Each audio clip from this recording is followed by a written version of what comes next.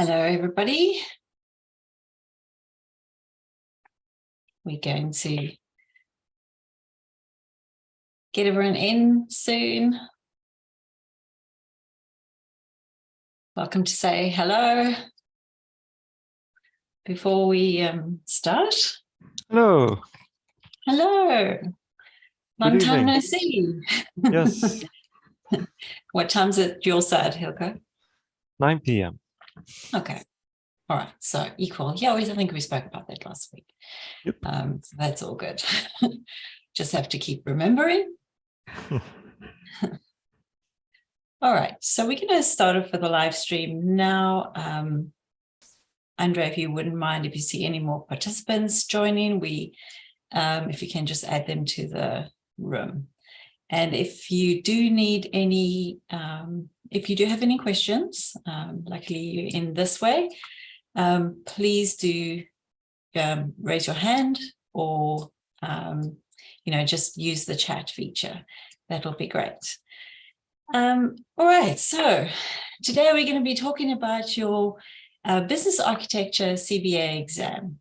And so your CBA exam is really just to give you some evidence that you understand the principles of business architecture and that you've actually been tested and you can pass the exam. Now, with everything that I do in these live sessions, it's a free flow. So please feel free to interrupt me during the discussion. There will be an FAQ session at the end if you want to do it more formally. But I do advise you to take advantage of the live interaction and just contribute. For those who don't know me, what I do is I help business analysts and business architects achieve their learning goals. So that includes certification and also understanding what the practice of business architecture is. I do have quite a few clients. And just last week, we now have students from 90 countries. And we have just over 9,000 registered learners. So not all of them are using certification courses, but there's a good pack in there. So very pleased about that. All right, so those were 2 minutes of intro. Let's get going with your CBA. So we're going to cover a few things today. So firstly, what is the Certified Business Architecture exam? Next, how is the exam structured? What are the challenges, things to consider, and then Q&A. So let's start. All right. If you don't know already, Certified Business Architecture, CBA, is offered by the Business Architecture Guild. It really is just about giving you the badge to say that you've learned.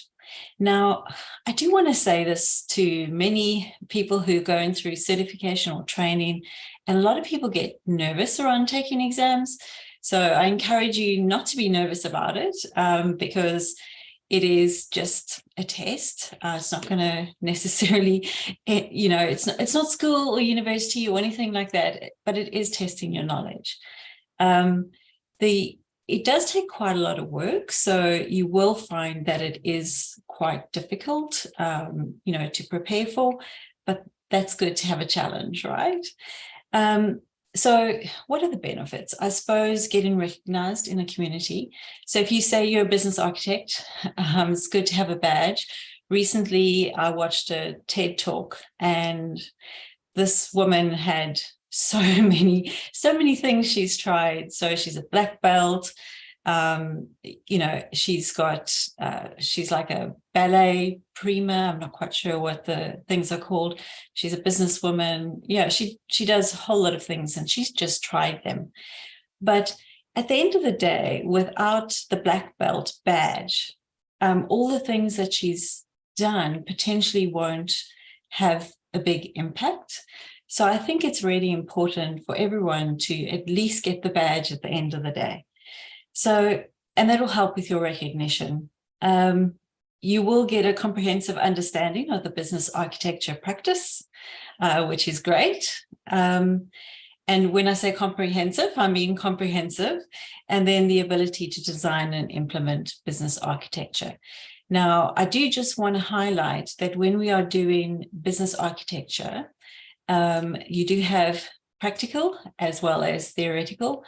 I always advise people to first learn the theory before they practice, because otherwise you go on a different loop and you might be doing things that are not quite what would be considered as the standard. You can always change afterwards, but at least understand, what those different specifications are. And it's nice seeing some familiar faces. Yeah. All right. So the steps, I'm covering the basics first, and then we'll get into a little bit more detail. Become a member. That's the only way you can get your copy of BizBook. It's worth it in terms of being able to see what other BArcs there are, and there's a lot of community forums, and of course you can challenge these forums. Joseph, nice to see you. I'm glad you have a bit of extra time. Hopefully you can ask a few questions or answer a few questions that your fellows might have here. Request a voucher. So for your exam, you need to request an exam voucher. You have a year to use it. I always think it's best to try do this in the beginning. So rather than, focusing on the study, try get all of the paperwork done up front. This will also set a timeline for you. So you'll know exactly, okay, well, I better get this done by this date. So that is always my advice. Everyone can do their own way of doing it, obviously. But once you've got your exam voucher, then at least you can start scheduling and preparing backwards. And then obviously preparing for your exam. I always say take training. There's multiple vendors that you can consider. Of course, I think I'm the best, but that is up to you to make a decision. So read or study the BizBook. Now, there are several options with this. If you're not a reader, you're probably not going to really succeed by reading the BizBook. But if you are going for training, you can always use the BizBook as reference. Sorry, I'm using my big chair today. So do have a copy of your BizBook because you can always go back to reference. I do want to make a point with this, and this is important. The exam is based on BizBook 8.5. And so when we design our course, we design the course on the BizBook version that you've been examined on. So you will notice that there are some changes that occur. They're minor. I have highlighted those changes in a previous webinar. So from our point of view, we always align the learning with what you need for the exam. Just to highlight, you might look at something in BizBook and go, oh, this isn't the same. And that's the reason for it. I do think it's good to obviously go through practice tests. And the reason why you should get training, from any source is ready to understand what business architecture is. We can all go and do the quiz questions and take an exam and then try face the rest of the crowd with our questions. Scheduling your exam, that's the cost that the Guild charges for that. So those are your two costs that you will have to account for. So do prepare, if you are going to take that exam, that you are just budgeting over that year, what those costs might be.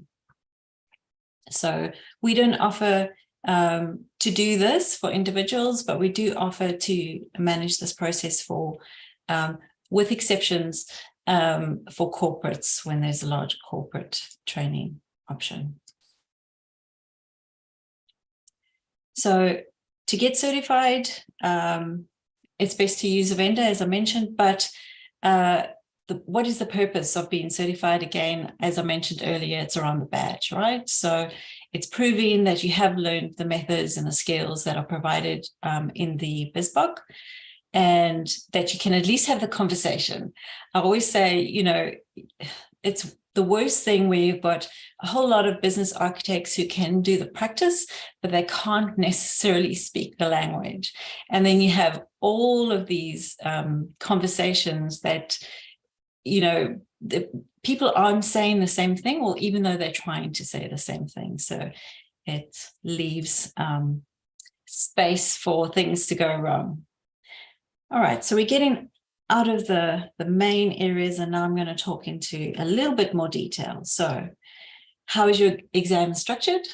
You have 50 questions in 150 minutes, which is 2.5 hours. So in terms of, your preparation, you actually need to be prepared.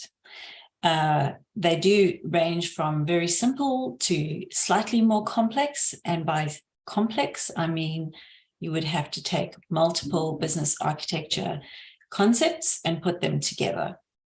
And so although it's multiple choice, so you have 1 of 4 questions that you can reply to, you will need to learn for this. It's not something that people can just, off the cuff go, oh, I've been a business architect for years and years and years, and just nail it. It's going to be a little bit harder than that.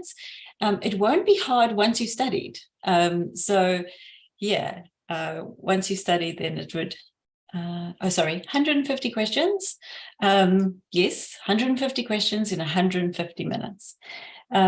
So once you've studied and you've understood the information, it's not going to be hard to take the exam. This is an easier exam in terms of, if I had to compare it, let's say, with PMBOK or the Babok guide, if you're doing the senior level exams, this is easier, but this has a lot more information that you have to get through. It's about 800 pages, although you don't have to do the reference models. There's still heaps of content. As I mentioned previously, you might want to have a look at the version control that's in the document, just to see what changes have been made from the previous versions.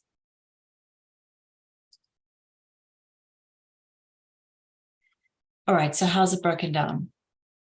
So you've got these 10 areas.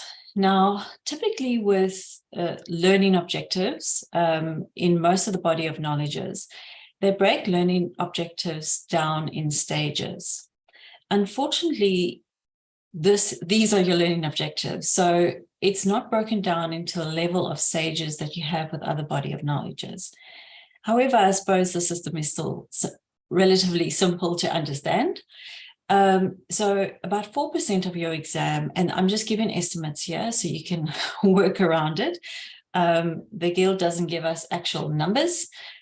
You will get a number once you've completed your exam, but I'm working on estimates here. So in our program, Module 0, which is around the fundamental concepts, who is a business architect, what is business architecture, some of the background to business architecture, is about 4% of your exam. So not a high percentage, but hopefully you get that right, because it's fairly simple information. Then you got your core mapping. So your core mapping, if you remember, I'm just going to flick to that quickly, is around your capabilities, your value stream, your organization, and your information. So this on its own is going to be the biggest area where you'll be asked questions. So that's going to be approximately 20% of your exam total. And then you got your extended. So just to show you that next, again, these are your extended modules. So policies, strategies, initiatives, etc. These are all part of your extended architectural areas.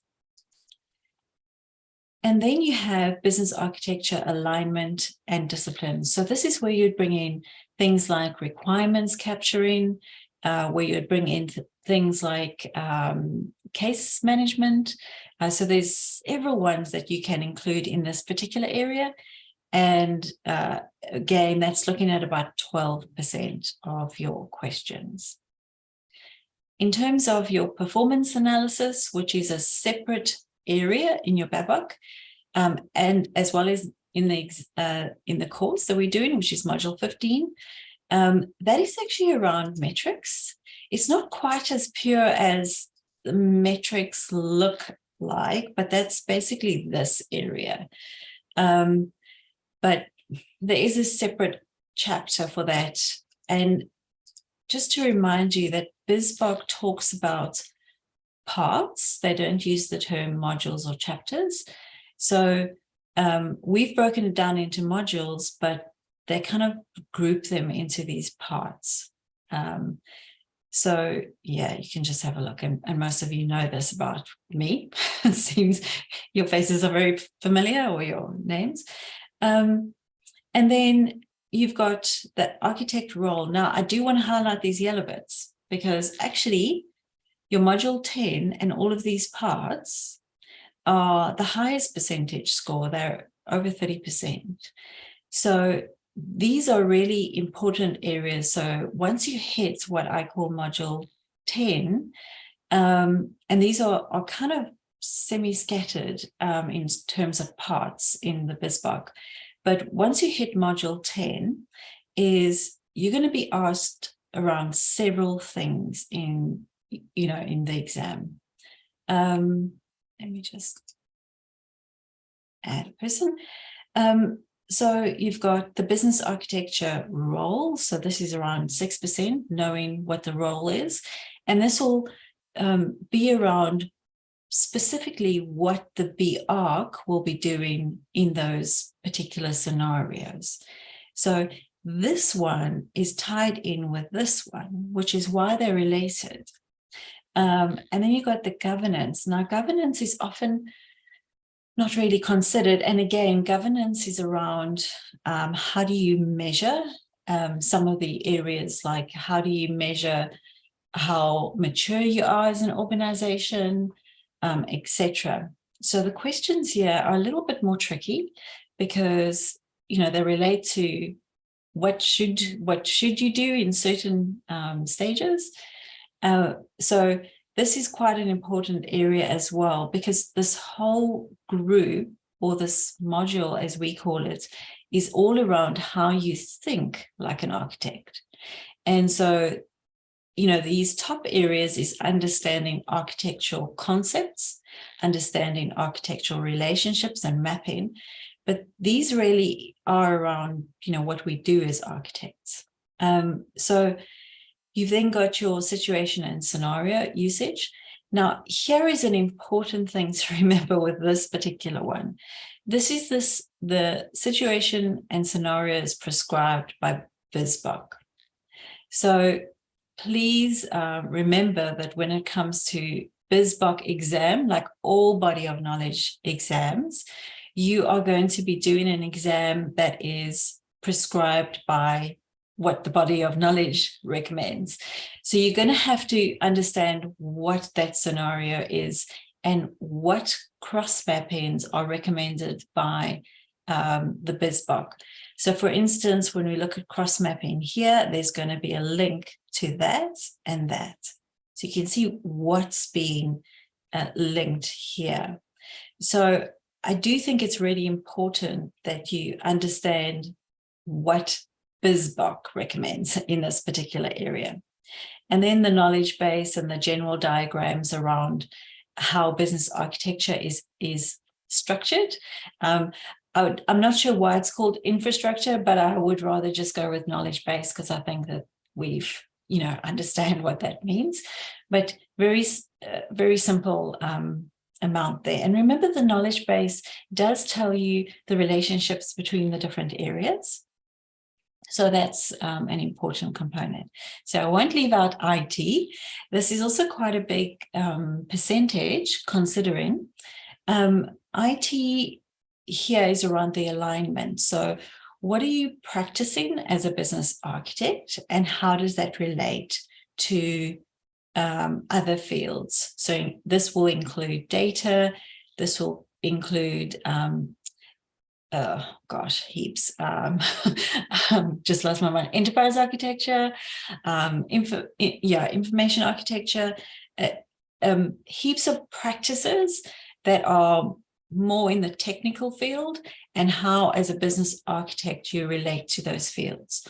So for those who have looked at enterprise architecture previously or looked at any of those other fields, you will notice, and I call this module 16 to 23, that in this section, it talks about what business architects can do in this area. It's not prescribing how you should perform that particular activity. So it's not telling you how to be an enterprise architect. It's telling you how to be a business architect in an enterprise environment. So it's important to understand the relationship. So the types of questions you're going to get here are things like, what is enterprise architecture? And then you'd get another question. Let me just clear my throat. You'll get another question that is around things like, how would you use capabilities with, let's say, enterprise architecture? So all of these questions, especially these ones at this stage, are trying to link the practice of business architecture with what we might experience in real life. So that's your exam structure. I hope that made sense to everybody. Let me just have a sip of water. Well, you drank. I have a question. Good. Give me a break. Module 10 with the scenarios. Every scenario has like 10, 12 steps of things that architects should do. How detailed will those steps come back into the question? Or is it more general, like you use capability mapping in this scenario? Or is it step 1, make a capability map, step 2, link it to, or how detailed will the question be? None of the questions will be too detailed, but what they will do is they will have topic A, topic B, and then they'll ask you how this relationship works. So they will say things like, if you are divesting in a particular product, what cross-mapping would be helpful in this particular situation? And depending on what's prescribed by BizBoc, they would say product mapping to value streams or something like that, or capabilities to product mapping. So BizBoc prescribes these relationships. So this is a learn situation. So everything around scenario is read your BizBoc. That's my recommendation. You don't have to read your BizBoc around all of these areas. This you can do in multiple ways, like I said, training, but this you have to understand what their scenario is and what they're recommending in their scenario. Does that answer your question? I think so, yeah, because the steps are pretty detailed, right, in the scenario itself. So it's not going to be easy for them to ask really specific questions, I guess. So they kind of have to. This is going to be your hardest bit. Yeah. Sorry, can I jump in here? Thank you, Joseph. Joseph, let me just introduce you. Okay.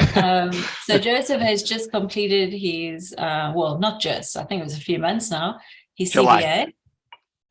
This is a master learner. And so this is why I'm so glad that he's coming today. So yes, there's your intro. Go, Joseph. Sure. The questions look something like this. Your executive management comes to you and they want you to do X. Which maps must you provide in order to facilitate X?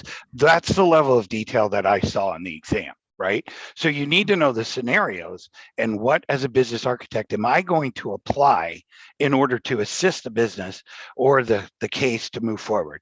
That is, at least from what I remember from the exam, that is what I remember.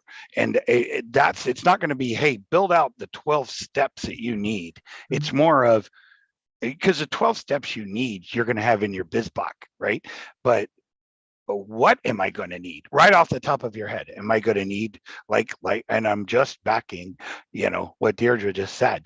Am I going to need a value stream map? Am I going to need a capability map? Am I going to need an information map?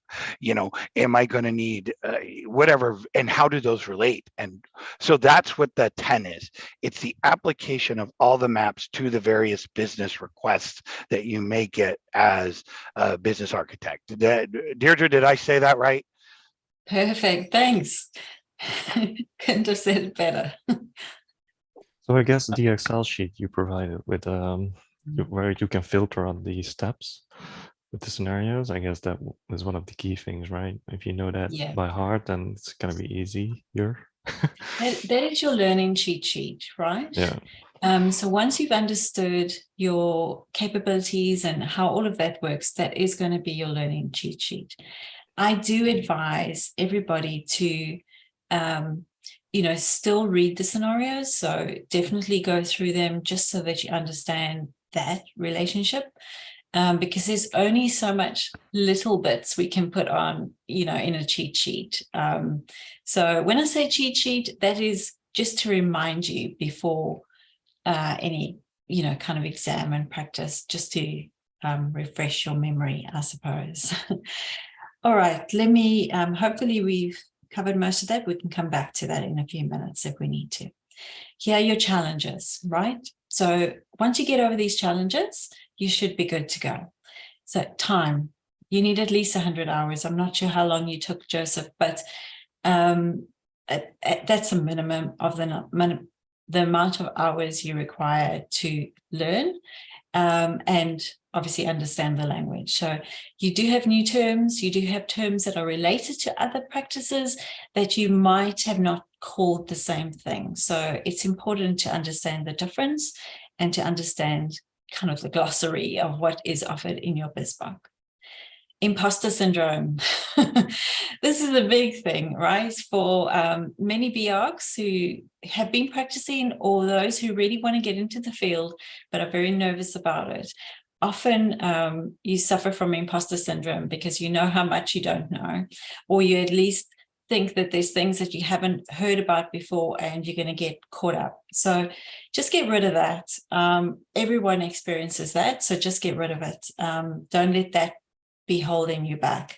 And I have noticed some people really struggle with the exams because they think that they don't know enough, or that somebody's going to find them out later. As long as you study, you'll be fine. Discipline, that's a no-brainer, right? It's just like gym, something that I'm really bad at myself. But if you're not going to do it, then that's the consequence. Unlearning. This is such an important thing to remember.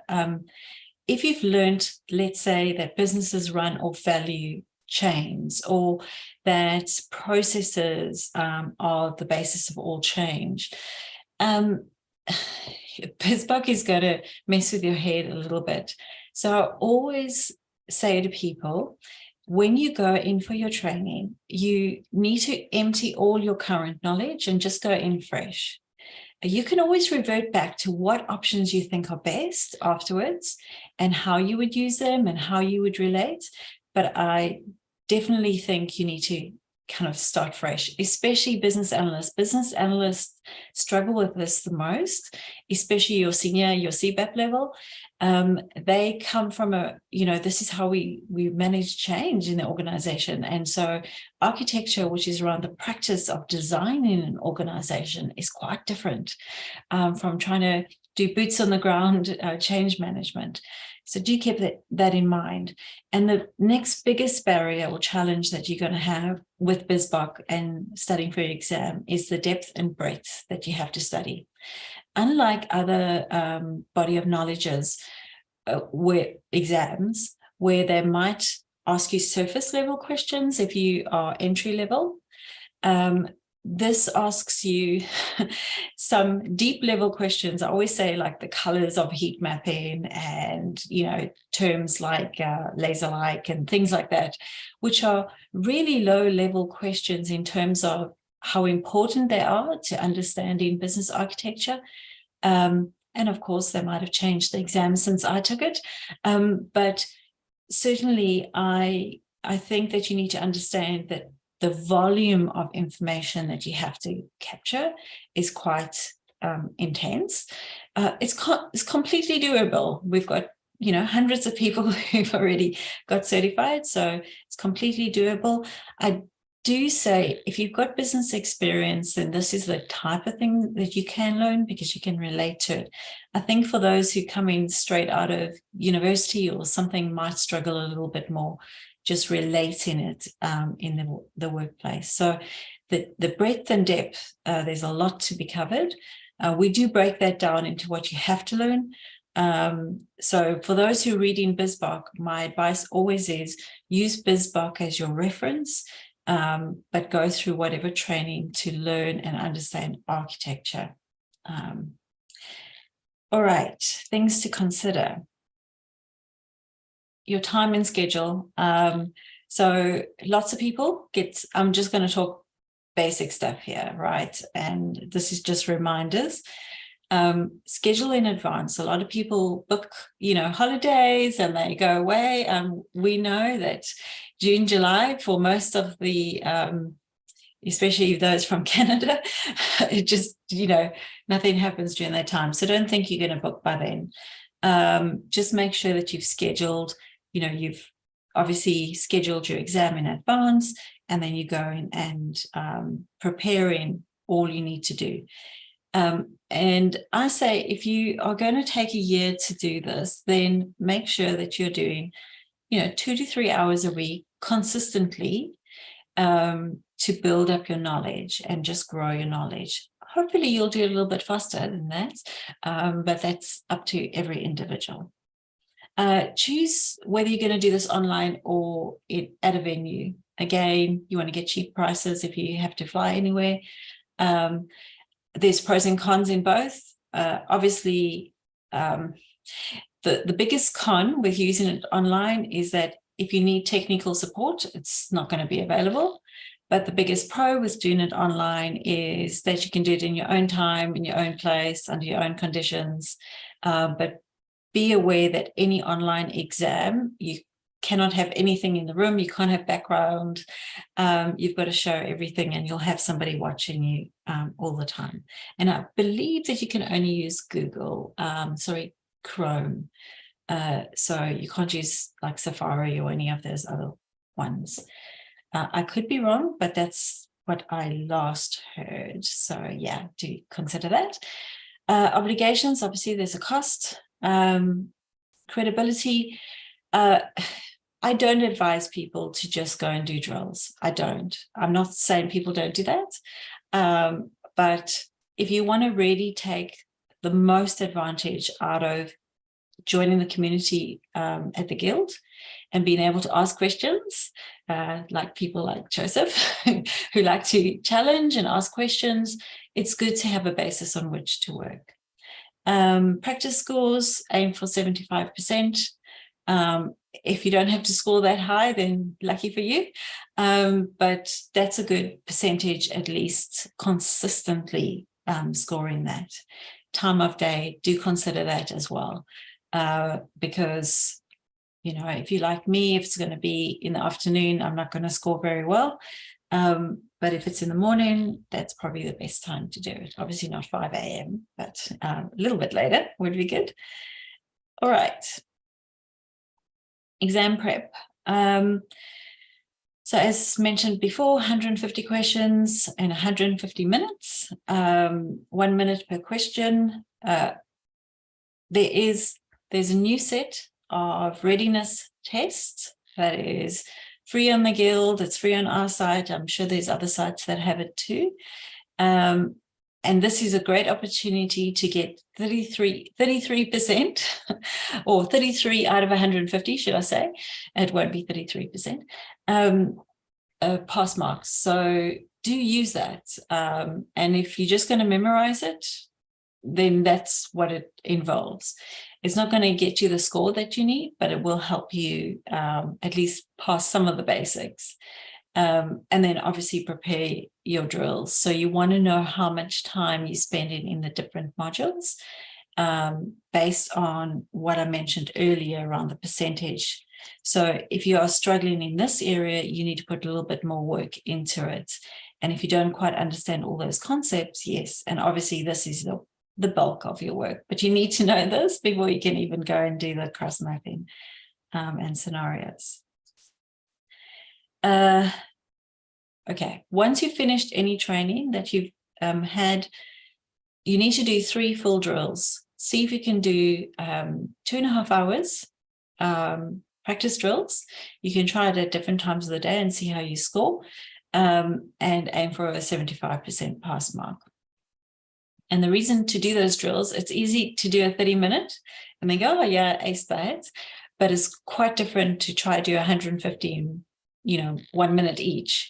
That's a whole different kettle of fish. So I do suggest that you focus on, actually doing a longer drill, and then booking your exam. So you can either do that before, you can register for it and you can book, within that year, or you can look at booking it when you're ready. So that's entirely up to you. And again, you would choose the different formats that you want to use. So technical support, if that's your problem, then try get to a location. If it is location is your challenge, and you prefer to do it in your own time, yeah. Okay, yes, I can elaborate on the readiness test. So a readiness test, this is what we call it. These are tests that I do before anyone starts training. So you can understand how close you are to, understanding the BizBook. These tests are provided by the Guild. So these are actual exam tests. They're provided by the Guild. And so this is already giving you 33 questions out of the 150 that you are highly likely to be asked. The Guild itself do randomize their questions. So it doesn't mean you're going to get 33 in the exam, but it is a good way to start. If you at least, if you're getting 20 questions that you know already, then that's a great start. So that's what I mean by readiness. It's us testing you as to how many you know. So don't be stressed about that at all. And then the next one is around the fact that this is actually actual exam questions that is provided by the Guild themselves. So absolutely take advantage of those questions. That would be a good idea. Does that help your question, Jabari? Yes, Okay. it does. Thank you. Okay, good. Okay, and then obviously I want to tell you the benefits while winter. So enhancing your career, earning your peer respect, increasing your earnings. This is definitely for those going from BA to BArch. This is definitely the next step in terms of earnings, and then resources, networking, etc. So I do advise this for everybody, is to get the badge. It is not the be all and end all. In fact, I recently wrote a blog about this, that don't assume that you're just going to get a job or that you're just going to get career enhancement. What this does is it invites you to the table, and this is only one step in growing your career. So I don't want you to think that this is the only step involved. There are multiple steps involved in growing your business architecture career. So do take advantage of those. So that's me. Now it's question time. If anyone has any more questions, or you want me to go back and show you any of the elements that we discussed earlier. I have a question. Yes, so, yeah. So I've been trying, did my exam, I did my practice on all of that with your Agora Insights. I've been doing the practice drills for a while. I did the under 50 questions actually last week for the first time. I finally gained the courage to do it. And so I sat myself down. I was like, okay, I'm going to go through all of this. And so I scored more than 80%. So I was very happy with the result being the first time. Although I don't know. I didn't calculate my time for the first time. I didn't put a timer to not stress myself. But the question is how close to the exam are those practices? Are exactly the same, or close? Or I'm going to expect different type of, not even questions, but like answers? Are there like open answers? I don't know, just surprises in the exam itself, or it's Well, I actually think Joseph would be the best person to answer if he's available. But I feel that they're very close. As I mentioned, that there's absolutely no way we can fully know nor understand, what is happening.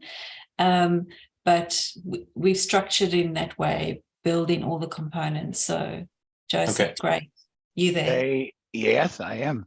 The answer to that is they're close enough, right? Which means conceptually there is not much of a difference, but you have to be able to translate the concepts from one to the other. They are not exact, although I will say there may have been a couple that were close, really close, maybe 99.9% there, but the concepts behind the questions, if you know them, which I can honestly tell you guys, I lived those tests for a while, like so imagine learning a language. And that's how I took this. Like I was going to learn French or I was going to learn Spanish. And the best way to do it is to immerse yourself in it, right? Real life practical application to what you're doing in the homework assignments. And then just every living, I wouldn't say every living breath, but a few living breaths where you're taking those quizzes over and over. You're analyzing the questions that you get wrong, go back to the videos and figure out where you missed it, or go back to your BizBook and figure out where you missed it. You'll become versed if you use that methodology because they are definitely close enough that you'll get it. That's all I can say. That and the cheat sheet, but you'll get it. So conceptually, they're the same. Right? Practical application, there is some of that, which there's no way you can get all that on one practice test, right? So, but yeah, you just keep going. I just kept going through them and through them and through them until I understood it all, until I could just rattle off the answers. And then went and took the test. And it definitely, it lines up, but it's not exactly the same. You're not going to be able to rote memory all of it, but if you can conceptually memorize all of it, you will get through this test easily, is the best way to put it. Right. No, thank you. That's really good. But yeah, no, I was just also scared of open answer questions because the line is very gray. I do this work already. I work in solution architecture from almost 10 years, so sometimes the answer is so gray that you give an answer, it's wrong, and you're like, but it could be the other way, couldn't it? It could, because it's debatable. But just maybe aside from my architecture rant, my other question would be, what's your what's your score comfort? I scored happily 83, 85%, I think. And I was very happy with that result. Should I keep drilling the under 50 questions until I consistently score above 80, or should I go for 90%? Are you asking me that question? Yeah, exactly, because you gave that answer before. I was like, when were you happy about? Because I like the answer you gave. So I was happy because I wanted to be really confident going in, and Deirdre saw my test scores, so she knew how they were going, and I was not happy at 80%. I was not happy at 84%. I would say I got happy with, on the three segments, 90, 92, and 98. So that means I knew it, right? And I just kept, and that's just because I didn't want to see if the passing score is a 70, right? I thought if I could get through Deirdre's tests at 90%, I would probably be at the mark, right? Yeah. And I'm not doubting Deirdre's tests. It's just this is an application of a brand new concept, right? And I did have to do what Deirdre did. I had to wipe my brain out completely and think like this, right? Think in the components that they have put out there, and then go, okay, what do I need? I took all the mini quizzes until I scored a minimum of 95. I would just kept going. And then if I missed, I went back and figured out where I missed, or I dive into the biz block. And here's another thing. I will give you this too. One of the hardest parts I had was understanding the difference between the lean Six Sigma and the actual business architecture guild, and where's the difference. I actually went to Google and looked up, show me what Lean Six Sigma is, and then try to make that connection. So not everything you want to know is going to be there sometimes. And I'm not knocking Deirdre's course. I'm just saying I dove deeper, and just until I felt like I could just rattle these things off, and not from memory, conceptually understanding. And I will say this, I still didn't get all of it, right? There's no way to get all of it. But overall, I would say I was happy at 92% cumulative for the 150 and 95% across the board. And what I would do is I would randomly, so I get a run. This is another little hint. Google has random number generators, and I chose 1 through 24, and I just simply would roll the dice, and that's the test I'd go take and see how I would test. And I did that for 3 weeks. 3 weeks, I'd randomly pick one. So I wasn't going in a pattern. So I just randomly pick one and go take it. And that would help me understand where I was really at, right? Once I got through all 24, right? So that's another method to not let your brain get settled on one part.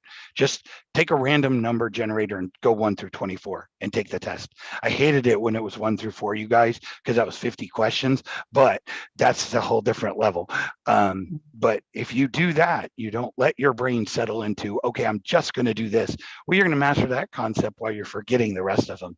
Do the random number generator and do that. And then once I got to about 90%, maybe 92%, I felt like, let's go do the 150, right? And I did.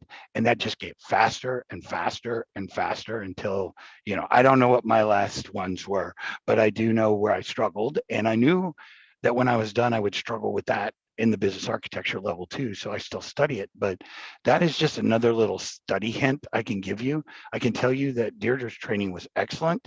I can tell you that her tests are more than adequate. But if you can't get it, Google it. There's somebody else out there that may, but I was able to get 99% of it, other than the, Lean Six Sigma, because I really wanted to understand that a little more from this. And the cheat sheet. Okay, let's not go for it. And the roles cheat sheet too. There's one out there for roles. Remember that too, because that's the building of practice. And if you know that, you can apply that to building a practice. So you know what a mapping expert is, what a business architect is, what a senior business architect is, what a mentor is. Those questions are on there. There's not a lot of them, so don't go spending hours on that. But it was definitely helpful. So does that answer your question as to where my comfort level was? Yeah, no, it's really cool to hear your experience, Joseph. Thank you for sharing. And I agree on, I really enjoyed the fact that Deirdre program is structured 24 mini modules. So it really helps because now that I'm, after that, I went through a bit of library, a bit of Bitsbook, going through the tests, and it really makes sense because all the parts are kind of coming together. So, okay. I think the next time then I will just start timing myself and mix it up, as you said as well. Just don't get used to one thing. Joseph, one other question that I have for you is, what has it done for you in the workplace after doing this? I mean, we spoke about several things like confidence and imposter syndrome and all of that. What did it mean for you? Well, honestly, right now I'm the business architect for Globe Life, and I've been given the freedom to almost build out a practice under one of our senior directors. So what I've done is applied, and I can even give you the chapters if you want, 1, 2, 4, 5, 8. And I've actually gone into the solutions architecture world now. So it drove my career through the roof really fast, really fast. But part of that, guys, is I was applying what what I was learning to my current business situation. So the homework I was handing in were actual things that we were dealing with here. So I built an organization map that applied to Globe Life, well, without our terms on it, by the way, or an information map, which, by the way, caused a mess anyway. My information map did. And and since then, I've taken that stuff and I've built it. Just using that practical application helped me understand how everything ties together. And again, the hard part is staying out of the processes, just like Deirdre said. When you realize that your job is to build, in the way I look at this as a certified business architect, my job is to look at the house and tell you where the windows go, tell you where the faucets go, tell you where the electricity needs to be, tell you what kind of alarms need to be on there. I'm not going to tell you how to do it, but if you come to me and say, what happens if I put this door here? I'm going to need to be able to tell you the impact on the rest of the house, right? And that is the non-technical way to look at it, and stripping all technology out and going back to business and only realizing that what business architecture does is facilitate solutions architecture. It does not do anything more than doing that, because I can have an impact analysis. I now understand what the business does. If you keep that mindset all the way through and you cut out technology, because the only thing in there is how do I relate and how do I foster technology, you will do just fine. But it is about what the business does. And so I've gotten the privilege, and my manager just basically said, just wind up and go, to be able to do this. And it's done wonders. It's done wonders for my career. It's done wonders for others that are coming along eventually. And it's slowly becoming an accepted practice in our organization where it didn't even exist 4 months ago. So it's been good. I would say better than good in most people's book, but it's been good. So yeah, but no, I'm kidding. It vaulted. There's just no other way to put it. It just vaulted me forward out of the process analyst, out of the transformation analyst role into. So what it did is it moved me out of the how into the why and what, which is where I like to be, by the way. And so I don't consider how I'm the bridge, which business architecture is. I'm the bridge between what the business wants to do strategically and how they're going to do it, and what is the impact of that, and how am I going to measure KPIs. That's what that is. So it did a good job. It did a good thing for me. This is why Joseph and I are planning at some point a podcast together, just so you can share this learning. But great story. So I'm super happy that you joined us. So yeah, just apologize that Joseph, he was wanting to stay longer, but he's got other. I'm here. Sergio left. Yes, no, I know that. He's apologized to you. Oh, sorry. Oh, that's okay. That's okay. Yeah.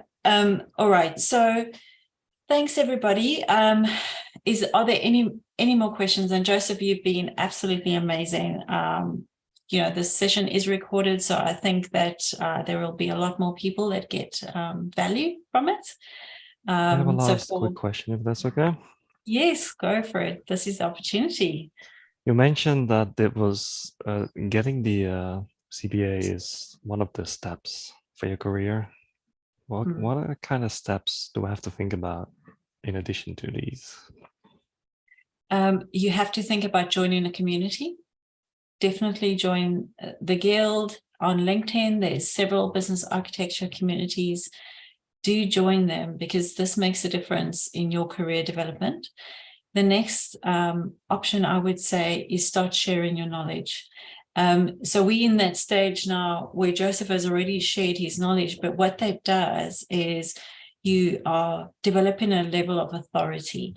And, once you can start explaining to people, I mean, Andre had the same experience when he was in the workplace, but once you can start not only just telling people about architecture, but showing people, writing good information, just having a webinar or podcast or something, that will give your employer, your customer, or whoever you are working with confidence that you know what you're talking about. It's one thing to go and write an exam and come out with a badge, but that's not enough. you have to join that community, and you have to be sharing knowledge, because that gives you a sense of authority in the in business architecture, or any practice. Actually, those things make sense. Hope that helps. All right. So one last thing before we go. Remember, sorry, Joseph, you carry on. I'll do the last thing before we go. No, I was done. I just accidentally hit the unmute button. Oh. I didn't have anything. I, for once, didn't have anything to say. It was great meeting. I remember that conversation. I think we ended up speaking for hours.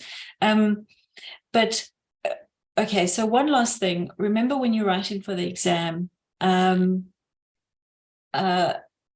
you're writing the exam, you need to be exam ready. So just make sure that you've done your quiz, and then your full exam drills. So as Joseph has mentioned, I'm just reminding everybody, because that's why you're here today, is to understand that exam. So yes, thank you, Hilko.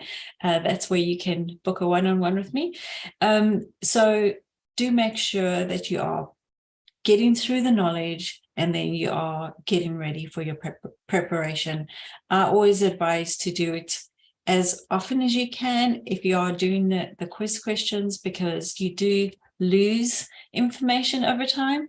So if you are planning to do your exam in 3 weeks, you've finished your course, you've done all the drills, not the drills, the quiz questions, and then you've decided you're going to do your exam, set aside 2 to 4 weeks, and I'm talking time here, to practice your drills. Yeah, and then you can be an authority like Joseph. So that's a great news story. Thank you for sharing. No problem. All right.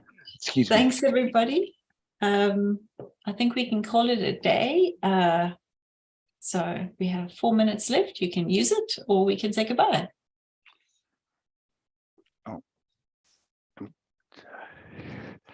Thanks, everybody. I'm going to say goodbye. Stop the live streaming. Have a great day and enjoy the last few days of November. And do check out my blogs. I've been spending a lot of time writing. All right. Thank you. Cheerio. Bye.